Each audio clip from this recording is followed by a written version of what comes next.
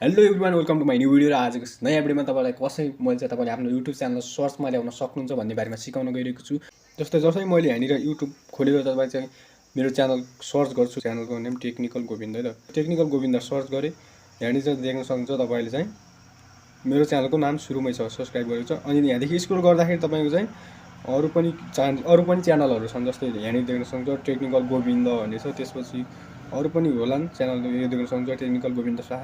यसरी चाहिँ तपाईँको च्यानल टपमा आउँछ। मेरो च्यानल कसरी टपमा आयो त, मैले कुन ट्रिक्स युज गरेर यहाँनिर चाहिँ मैले मेरो आफ्नो च्यानल टपमा ल्याएँ त। मैले चाहिँ अगाडि भिडियोमा एउटा टिप्स बताउन गइरहेको छु, कसरी तपाईँले पनि आफ्नो च्यानललाई टपमा सर्च गरेर टपमा ल्याउन सक्नुहुन्छ। कुनै पनि आफ्नो साथीलाई तपाईँले चाहिँ च्यानल चाहिँ सब्सक्राइब गर्दैन भनेर भन्नुभयो, तपाईँको च्यानल चाहिँ जस्तै गोविन्द साई छ भनेपछि तपाईँ साथीले चाहिँ सर्च गरेर गोविन्द साई गर्दाखेरि तपाईँको च्यानल सर्च नै हुन्न, माथि भेटाउँदै त्यसको लागि कसरी चाहिँ तपाईँले सर्चमा ल्याउन सक्नुहुन्छ भन्ने बारेमा सिकाउन गइरहेको छु। यो तपाईँ मेरो च्यानलमा पहिलोपल्ट हुन्छ भने भिडियो लाइक गरेर च्यानललाई सब्सक्राइब गर्न नभुल्नुहोला।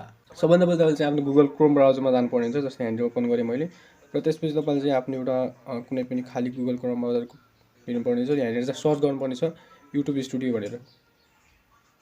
युट्युब स्टुडियो भनेर सर्च गर्नु होला। युट्युब स्टुडियो सर्च गरिसकेपछि यहाँनिर देख्न सक्नुहुन्छ माथि चाहिँ युट्युब स्टुडियो आएको छ। यहाँनिर चाहिँ त्योभन्दा अगाडि चाहिँ तपाईँले यहाँ साइडमा देख्नुहुन्छ थ्री डटमा क्लिक गरेर डेस्कटप साइडमा टिक मार्क लगाउनु होला। यहाँनिर चाहिँ मेरो already desktop side tick mark छ। र त्यसपछि चाहिँ तपाईँले चाहिँ युट्युब स्टुडियोमा क्लिक गर्नु होला र युट्युब स्टुडियो ओपन भइरहेको छ। यहाँनिर चाहिँ युट्युब स्टुडियोमा क्लिक गर्दाखेरि चाहिँ तपाईँको चाहिँ युट्युब स्टुडियो एप ओपन हुन्छ। त्यस्तो खालको समस्या पनि छ भने तपाईँ चाहिँ मेरो माथि आई बटनमा आएको भिडियोलाई हेर्नु होला। त्यसमा चाहिँ त्यो प्रब्लम सल्भ गर्न सकिन्छ भन्ने बारेमा सिकाएको छ, त्यो भिडियो अवश्य हेर्नु होला। र यहाँनिर देख्न सक्नुहुन्छ फाइनली युट्युब स्टुडियो ओपन भइसकेको छ मेरो। र तपाईँको चाहिँ जुन च्यानललाई तपाईँले सर्चमा ल्याउन खोज्नुहुन्छ त्यो च्यानल लगइन गरेर युट्युब स्टुडियोमा ओपन गर्नु होला। र त्यसपछि यहाँनिर देख्न सक्नुहुन्छ युट्युब स्टुडियो ओपन भइसकेपछि यहाँ तल छ सेटिङ भन्ने छ, सेटिङ अप्सनमा क्लिक गर्नु होला।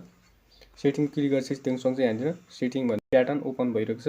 यहाँनिर देख्न सक्नुहुन्छ च्यानल भन्ने सेकेन्डमा जानु होला, सेकेन्डमा च्यानलमा भन्ने जानु होला। अनि त्यसपछि यहाँनिर देख्न सक्नुहुन्छ तपाईँको चाहिँ त्यो टिप्स मैले सिकाउन गइरहेको छु भनेको टिप्स चाहिँ यही नै हो। तपाईँले यहाँनिर ध्यान दिनुपर्ने हुन्छ। त्यो के हो भनेपछि तपाईँको च्यानलको ट्यागहरू लाउनु पर्ने हुन्छ साथीहरू। त्यसको लागि चाहिँ तपाईँले यहाँनिर देख्न सक्नुहुन्छ मैले चाहिँ तपाईँले चाहिँ कन्ट्री, तपाईँ कुन कन्ट्रीदेखि हुनुहुन्छ त त्यसको कन्ट्री गर्नु होला, कन्ट्री सिलेक्ट गर्नु। र यहाँनिर देख्न सक्नुहुन्छ मैले चाहिँ लगाएको छु टेक्निकल गोविन्द, च्यानलको नाम लगाएको छु। त्यसपछि पछाडि छ टेक्निकल गोविन्द। यहाँनिर चाहिँ मैले स्पेलिङ हल्का स्पेलिङ फरक हानेको छु, GOVIND। मान्छेले यो तरिकाले पनि सर्च गर्छ, त्यही भएर पनि तपाईँको आउन सक्छ। तपाईँको पनि स्पेलिङहरू फरक तरिकाले हुन्छ भने तपाईँले पनि त्यही तरिकाले ट्याग लगाउनु होला। जस्तै यहाँनिर चाहिँ मेरो नाम गोविन्द साई पनि लगाइदिएको छु, यहाँनिर चाहिँ साई गोविन्द पनि लगाइदिएको छु। र YouTube tips and tricks in Nepali भनेको छु। यो चाहिँ युट्युब टिप्स एन्ड ट्रिक्स भने मैले यो खालको युट्युब टिप्स एन्ड ट्रिक्स सम्बन्धी भिडियोहरू बनाउँछु नि त, त्यही भएर सायद मान्छेहरूले नेपालीबाट युट्युब सम्बन्धी टिप्स एन्ड ट्रिक्सहरू सर्च गरेर मेरो च्यानल अगाडि जाओस् भनेर मैले चाहिँ यो ट्याग लगाएको छु। तपाईँले पनि आफ्नो आइडिया लगाउन सक्नुहुन्छ। अनि यहाँनिर भनेको छ युट्युबर फ्रम जाजरकोट नेपाल भनेको छ। म चाहिँ युट्युब जाजरकोटदेखि हो, त्यही भएर तपाईँले पनि आफ्नो ठाउँदेखि यसरी लगाउन सक्नुहुन्छ ट्याग। नेपाली युट्युब टिप्स भनेको छ। अनि त्यसपछि YouTube tips in Nepali, YouTube tips and tricks in Nepali, YouTuber from Jajarkot, learn with Govind. किनभने लर्न विथ गोविन्द भने योभन्दा अगाडि मेरो च्यानलको नाम चाहिँ लर्न विथ गोविन्द थियो, त्यही भएर मैले यो लगाइदिएको छु। र त्यसको लागि यो सबभन्दा पहिला चाहिँ तपाईँले आफ्नो च्यानल चाहिँ खासमा सुरुमा भन्नुपर्दा चाहिँ मैले अगाडि भन्न भुलेँ, खासमा सुरुमा भन्नुपर्दा तपाईँको च्यानल चाहिँ सबभन्दा अरू नामभन्दा युनिक हुनुपर्छ। जस्तै मेरो टेक्निकल गोविन्द छ, तपाईँले पनि टेक्निकल गोविन्द राख्नु भने यहाँनिर चाहिँ सर्च गर्दाखेरि समस्या हुन्छ। त्यही भएर तपाईँले चाहिँ आफ्नो च्यानलको नाम सबभन्दा युनिक राख्नु होला, आफ्नो राख्नु होला। कुनै पनि एकदम ठुलो च्यानल छ त्यसको नाम तपाईँले राख्नुभयो भने मान्छेहरू चाहिँ झुक्किन्छन्, मान्छेहरूले सर्च गर्दाखेरि त्यहाँनिर झुक्किन्छन्, त्यही भएर त्यहाँनिर समस्या आउँछ। तपाईँले चाहिँ सबभन्दा आफ्नो च्यानलको नाम जहिले पनि युनिक राख्नु होला, अरूभन्दा फरक अलग कडक राख्नु होला है त, यो कुरा ध्यान दिनु होला। त्यसपछि यहाँनिर चाहिँ ट्याग कसरी लाउने भन्दाखेरि चाहिँ तपाईँले यहाँनिर क्लिक गर्न सक्नुहुन्छ। जस्तै मैले सबै ट्यागहरू लगाएको छु, यो कसरी लगाएँ त, त्यसको लागि चाहिँ तपाईँले यहाँनिर जस्तै यहाँनिर म चाहिँ के लगाउँछु भन्दाखेरि जस्तै मेरो नाम राख्छु यहाँनिर अहिले फेरि पनि गोविन्द साई।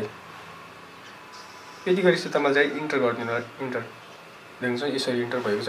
इन्टर अथवा टिक के छ तपाईँको किबोर्डमा त्यसमा चाहिँ क्लिक गरेपछि तपाईँ चाहिँ ट्याग यहाँनिर युज हुन्छ। सो गाइज तपाईँले चाहिँ अनि यति गरेपछि तपाईँले चाहिँ यहाँनिर सेभ गरिदिनु होला। यता साइडमा देख्नुहोस् सेभ। सो गाइज तपाईँले चाहिँ अब चाहिँ यसरी नै तपाईँको आफ्नो च्यानललाई सर्चमा ल्याउन सक्नुहुन्छ। भन्ने कुरा मैले सिकाइदिएँ। सो आजको भिडियो तपाईँलाई कस्तो लाग्यो? यदि भिडियो मन परेको छ भने भिडियोलाई लाइक गरेर च्यानललाई सब्सक्राइब गर्न नभुल्नुहोला। मिल्नेछ जस्तै कुनै युट्युब टिप्स एन्ड ट्रिक्स सम्बन्धी नयाँ भिडियोमा। सो आजलाई यति नै। So thanks for watching. Bye bye guys.